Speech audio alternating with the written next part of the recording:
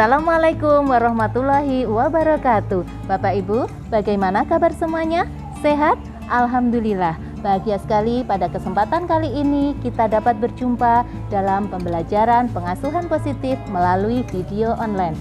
Sebelumnya, perkenalkan, saya Puji Wiratmi, fasilitator pengasuhan positif dari GSM Putra Linue, Bantul, Yogyakarta.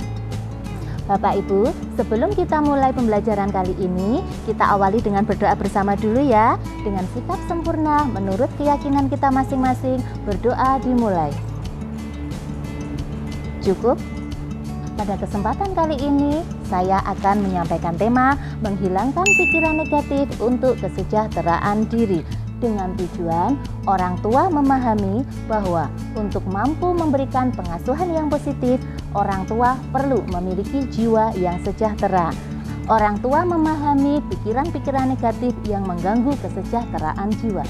Bapak Ibu, berbeda dari pembelajaran-pembelajaran sebelumnya, di mana kita banyak belajar tentang hubungan antara orang tua dan anak. Pada kesempatan kali ini, kita akan berfokus pada diri kita, kesejahteraan jiwa kita sebagai orang tua. Bapak Ibu, mengapa kesejahteraan jiwa orang tua penting dalam pengasuhan? Ada yang tahu? Ya, karena jika jiwa orang tua tidak sejahtera, akan sulit bagi orang tua untuk bisa memberikan pengasuhan positif yang mempedulikan kesejahteraan jiwa anak.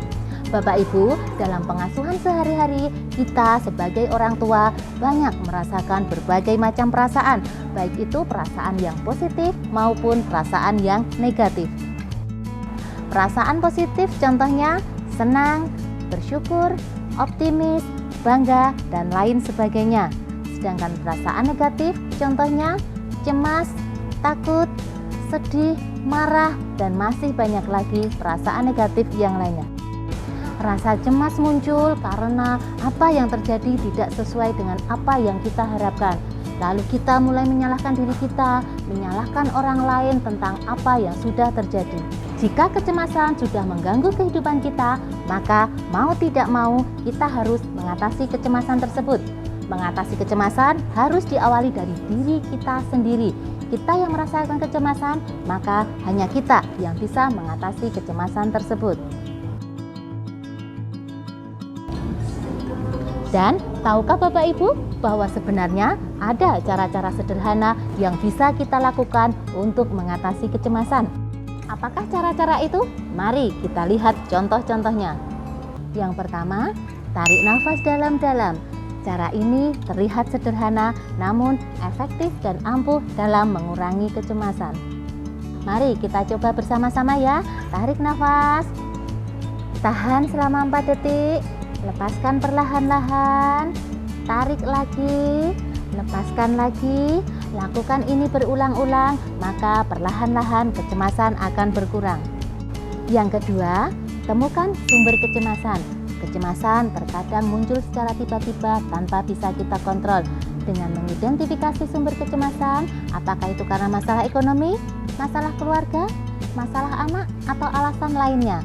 Dengan kita mengetahui sumber kecemasan, maka akan lebih mudah bagi kita untuk mendapatkan solusinya. Cara yang ketiga, bermain dan bergembira. Jika Bapak Ibu memiliki hewan peliharaan, Bapak Ibu bisa bermain dengan hewan peliharaan Ibu. Tingkah pola hewan yang lucu dan menggemaskan akan membuat kita merasa senang dan akan mengurangi rasa cemas yang ada. Atau jika Bapak Ibu memiliki hobi bercocok tanam, dengan menanam bunga, menanam sayuran di rumah, itu pun bisa membantu mengatasi kecemasan. Atau mungkin Bapak Ibu yang mempunyai hobi olahraga, dengan bersepeda, berlari, itu pun bisa membantu mengurangi kecemasan. Yang keempat, berserah diri. Seberat apapun masalah yang muncul harus coba kita hadapi. Namun jika kita merasa tidak mampu, serahkan pada Tuhan. Berdoa dan mohon bimbingannya agar kita bisa mengatasi dan mendapatkan solusinya. Bapak Ibu, seringkali kita memelihara pikiran-pikiran negatif yang tanpa kita sadari menguasai diri kita. Dan perlahan-lahan pikiran-pikiran negatif itu mengganggu kesejahteraan mental kita.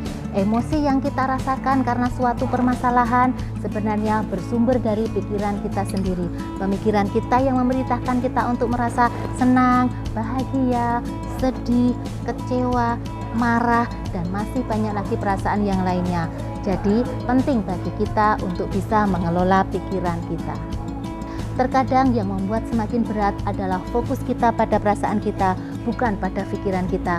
Kita fokus pada rasa sedih, kecewa, merasa tidak berdaya saat kita mengalami suatu kegagalan. Berbeda situasi jika kegagalan yang kita alami kita pikirkan sebagai kesuksesan yang tertunda, bahwa kita sudah melakukan yang terbaik, hasilnya ketika berbeda kita pasrahkan pada Tuhan. Satu hal yang perlu diingat, bahwa kita tidak bisa memaksa orang lain untuk berubah atau mengikuti kemauan kita kepada siapapun itu, bahkan kepada pasangan atau anak sendiri. Tugas kita hanyalah melakukan yang baik dan benar. Hasilnya, apakah itu bisa merubah orang lain atau tidak, bukan menjadi tanggung jawab kita lagi. Bapak Ibu, sebelum kita tutup, poin inti dari pembelajaran kali ini adalah alihkan pikiran negatif kita untuk berpikir bahwa semua masalah yang kita hadapi adalah cara dari Tuhan untuk membuat kita lebih berkembang dan terus belajar.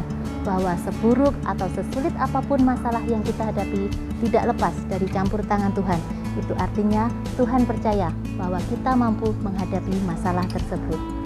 Perlu diingat juga, pesan kunci pada pembelajaran kali ini adalah pikiran yang memiliki kendali untuk merespon permasalahan atau situasi sulit yang kita hadapi. Emosi negatif maupun emosi positif muncul karena perintah dari pikiran.